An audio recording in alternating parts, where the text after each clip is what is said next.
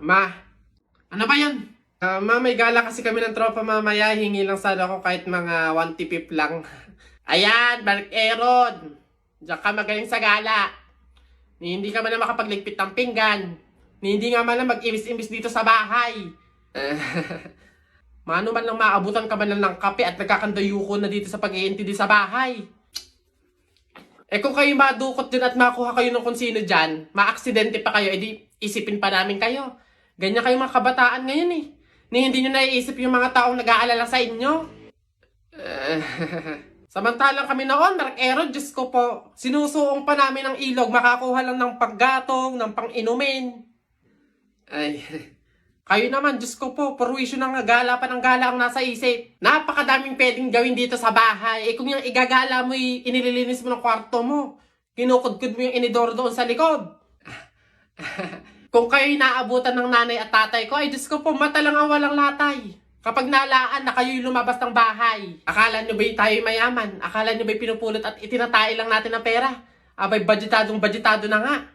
Kasi, Diyos ko po, kayo mga kabataan kayo, napakaswerte nyo't hindi nyo naabutan ang hirap ng buhay noon.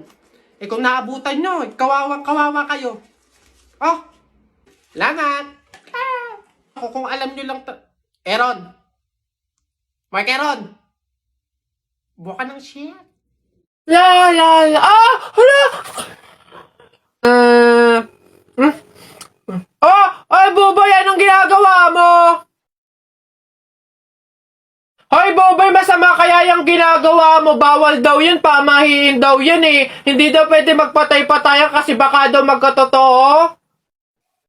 Tumigil ka nga dyan, Jepoy! Ang ingay-ingay mo eh. Paano hindi ako magpapatay-patayan? Eh, may zombie, Jepoy, oh, ayun oh! Oo nga, zombie to! Ang pangit-pangit pa, mukha pang mabaho! Ay, wow, bastusan! Kayo mga bata pa kayo, mga judger na kayo, ha? Pulubi ako, hindi ako zombie. Ay, edi sorry po! Huwag niyo ako idamay sa kung ano-ano nilalaro niyo dyan. Nagkakalakal ako dito eh. Eh baka ito ang zombie.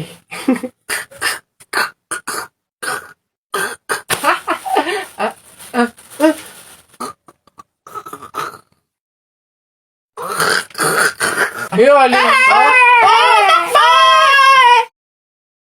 Ayan babe, tara na, kumain na tayo. Oh, babe, anyari? Nabalitaan mo ba? Ang alin? Break na ang Katniel? Oh, eh ano naman kinalaman natin doon?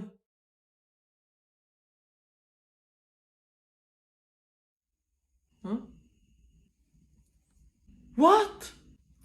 11 years, babe, oh. 11 years. Naghiwalay. Tayo pa kayang 1 year pa lang? Lo, babe, bakit mo naman dinadama yung relasyon natin dun? Maghiwalay na tayo.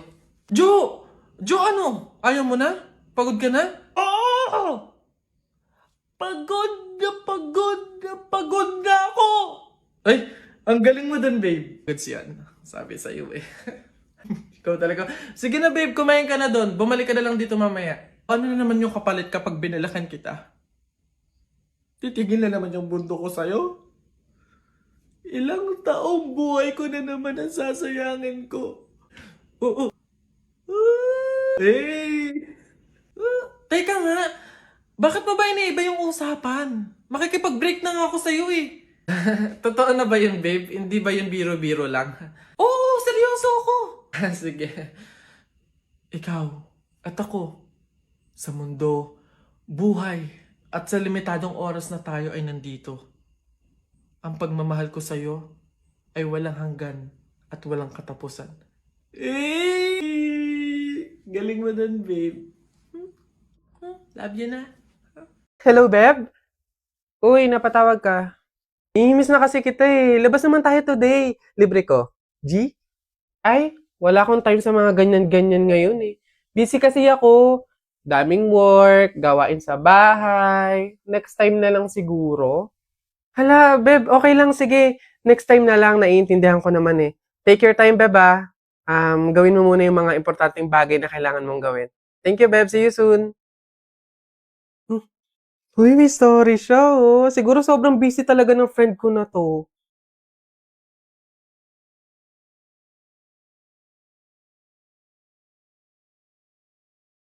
Akala ko busy siya. May kasama lang palang iba. At least ngayon, alam ko na option niya lang ako na hindi ako ganun ka-importanteng kaibigan sa kanya.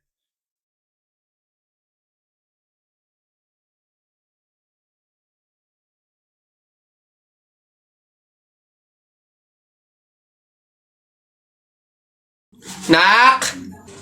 Nay! Bakit? Mamaya bago ilibing yung lolo mo, kunin mo yung pera sa kamay niya, ha? Ha? Grabe naman, bakit kukunin? Eh kasi, pamahiin daw, swerte daw yung pera na yun. Dali. Ay, totoo, Nay? Sige. Lo, tabi-tabi lang po muna, ha? Kukunin ko lang po yung pera kasi sabi po, swerte daw po yun. Hoy! Anong swerte-swerte? Walang makikinabang na swerte ko hanggang sa huli kong hantungan. Dadaya ng mga to, swerte-swerte. Ako na nga tong namatay, aagawan nyo pa ako ng swerte. Makaranas man lang ako ng swerte sa langit, do. Akin yan! Swerte-swerte. Ayan na. Nay! Ano na naman yon? Natakot ako kagabi. Ha? Bakit? Diyos ko, nalagasan daw ako ng ngipin, Nay. Buti panaginip lang yun. Ha? Naku, masamang pamahiin yan, na. Pag doon na naginip na nalagasan doon ng ngipin, naku, madami daw pamilya ang mamamatay. Ito, to. Ano to? Ayan. Sabi kasi na matatanda, kumagat ka daw sa kahoy para daw hindi matuloy yung masamang pamahiin. Dali na. Ang laki naman ito, Nay! Bakit gantong kahoy pa? Ang laki-laki, oh!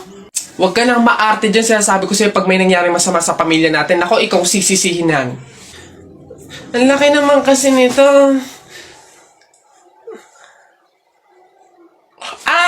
Mabuti nga yung sumunod ka sa pamahiin. Mas mabuti na yung siguradong walang mangyayari. Nay. Hoy, Jepoy! Doon kami sa puno na yun umakyat kagahapon. Sige lang, lapit na. Uy, hala! Boboy, wag kang magturo sa kahit saan. Baka maengkanto ka. Kagatin mo yung daliri mo, bilis. Hala, oo nga. Sige, ito na. Etong sa'yo. Ay! Visit, na-punch ko na eh. Hello, ma'am, pa-void. Alam yung isa eh. Naiihina ako ba? Layo pa naman ng CR. Dito na lang. Patay ka sa akin ngayon. Hindi mo sinabi yung magic word, ah. Ay, tabi-tabi po. Ay, ano ba yan? Nabook ko na eh. Tatawag na naman ako sa boss nito para ipa-cancel order to. Ano ba yan? Visit. Ay, wala na akong load. Paano na yun? Ay, meron na nga pala sa One Hand. Sa One Hand, meron ng load now, pay later by using Smart. Paano? Mag-download lang ng One Hand at mag-register. Then choose repayment schedule that works best for you. Then that's it. Sa loob lang ng 5 minutes, matatanggap mo na ang approval for your load credits. May mga discounts pa yan.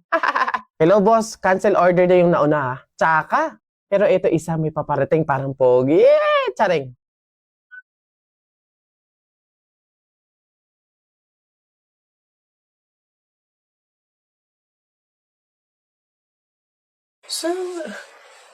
Uy, anak! Ano yung ginagawa mo? Bakit ka dyan kumakain sa dilim, ha? Alam mo, bawal yan pamahiin yan. Hindi ka daw pwedeng kumain ng pagkain sa dilim. Mabubulag ka daw. Paano naman na hindi ako magtatago dito sa dilim para kumain? Yung mga kapitbahay natin, wala nang ginawa na, kundi humingi nila ng humingi. Wala na nga rin tayo makain sa kakahingi nila eh. Naku Mare, pasensya ka na. May dumating kasing biglang bisita sa amin. Nakakahiya't wala akong maipakain. Wala pa din naman yung mister ko. At saka hindi pa nun sahod. Baka naman meron ka dyan kahit anong pagkain na pwede maipamerienda. Sige na, nakakahiya naman kasi. Oo nga naman, Mare. Ako naman, naubusan na ako ng bigas. Nakakahiya namang ulit mangutang kina Ate Telay. Gawa nga ng 3 kabang bigas na yung utang ko doon. Baka naman meron kang maipahiram man lang dyan miski 1 kilong bigas. Sige na. Tsaka nga pala, yung ipapaulam ko sa mga anak ko, itlog na nilaga lang. Nakakaawa naman yung mga bata. Baka naman pwedeng pakidagdagan miski fried chicken. Dali na. Nako Mare, pasensya ka na. Wala na rin kasi kaming naiyakin yun. Ito Mare, baka pwede na to. Pasensya na ha. Paghatian nyo na lang. Yan, salamat Mare. Naku, babawi naman kami next live. Sige, salamat.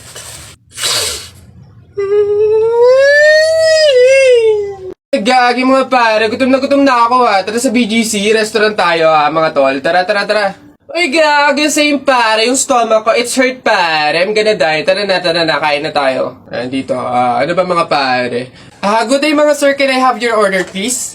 Ano na lang, 3 hamburger, 3 spaghetti, 1 pizza, tsaka 3 halo-halo. Ang dami yung order mga sir ha. Gagi, gutom na gutom kami, grabe, legit. Sobrang dami kasing shorty ngayon sa BGC. Sobre yun ang dami. Pagod na pagod kami yun, no? Ayan, 1,530 per po lahat. Tanong ko lang din po kung meron kayo mga vaccination card. Vaccination card? Baka pwedeng pagbigyan nyo muna kami kahit ngayon lang, oh. Pasensya na po mga sir, hindi po pwede kasi requirement po yung vaccination card dito sa restaurant bago po kumain. Gagi, gutom na kami, oh. Consideration naman. My stomach is hurt na, oh. Baka naman. Kung wala po kayo mga vaccination card, labas. Dali. Bye-bye. Bad trip naman, oh. Tara mga pare, gagi. Magkarinderya na lang tayo. Tara naman. Di ba? Bessie, tignan mo. Girl, nasa mall ka, wala ka sa palengke. Ano ba yung suot mo? Wala ka bang taste? Walang style? Walang fashion? Ano ba yan, girl? Ilugar mo naman yung suot mo. Baduy? Bakit hindi mo kami try gayahin, girl? Sosyalin, yayamanin, fashionista, ganyan. 2023 na, oh. Glow up naman, girl. Habol tayo. Or baka naman, Bessie, walang pambili. Mahirap siguro, ganun, poor. Alam mo, girl, madami dyang mga cheap store, yung mga ukay-ukay. Try mong tumingin sa mga ganon. Para naman maging maganda ka at maging presentable yung suot mo. Ano ba yan, Bessie? Wala bang tricycle dito or jeep man lang? Paulan na, oh. Ano ba yan? Paano tayo makakauwi nito? Oo nga, Bessie, hindi naman tayo pwede mag-book. Ang mahal-mahal ng pamasahe doon. Oh, girls! Ay. Kayo yung nakasabay ko sa mall kanina, di ba? Anong ginagawa? Commuters ba kayo? Ay, kala ko naman kasi kung makapan-judge ko yung kanina. Naghihintay kayo dito na ng jeep, no? Tricycle? Kawawa naman pala kayo. Girls, next time ha, wag kasi kayo man-judge ng kung sinong tao, lalo kung hindi nyo naman kilala. And wala namang issue pagdating sa pananamit. Kayo talaga. Sige, nauna na ako ha. Ito kasi yung sasakyan ko. Oo, tama. Kahit ganito yung pananamit ko, may sarili akong sasakyan. Sige, una na ako. Wait, sa ganyang pananamit, magkukommute lang kayo? Gusto niyo sumabay? Pwede ba kahit saglit lang? Siyempre naman, hindi. After nyo akong i-judge kanina na pampaleng ko yung suot ko and wala akong fashion, walang style, tapos sasabay kayo, wag na lang siguro muna. Bye! Ingat! Ay, wow! Ang ganda nito, girl, pang outfit sa BGC. Buti 50 pesos lang. Eto nga, Bessie, mukha akong mayaman dito. Bigat. Oh! Hoy! Ay, lo! Kayo pala yan, Diyos ko. Nag-okay pala kayo? Akala ko mga branded yung suot nyo. Akala ko ba, girl, sosyalin, yayamanin. Ay, naku. Grabe kayo makahusga sa akin ng isang araw, ha? O sige na. Again, ha, ang buhay hindi nakadepende sa pera at pananamit. Mayaman, mahirap, or may kaya ka, ang mahalaga, wala kang ginagawang masama. Thankful ka na nabubuhay ka sa mundong to, ganun. O sige na, una na ako, ha? Ito kasi mga pinabili ko, ang dami. Ingat!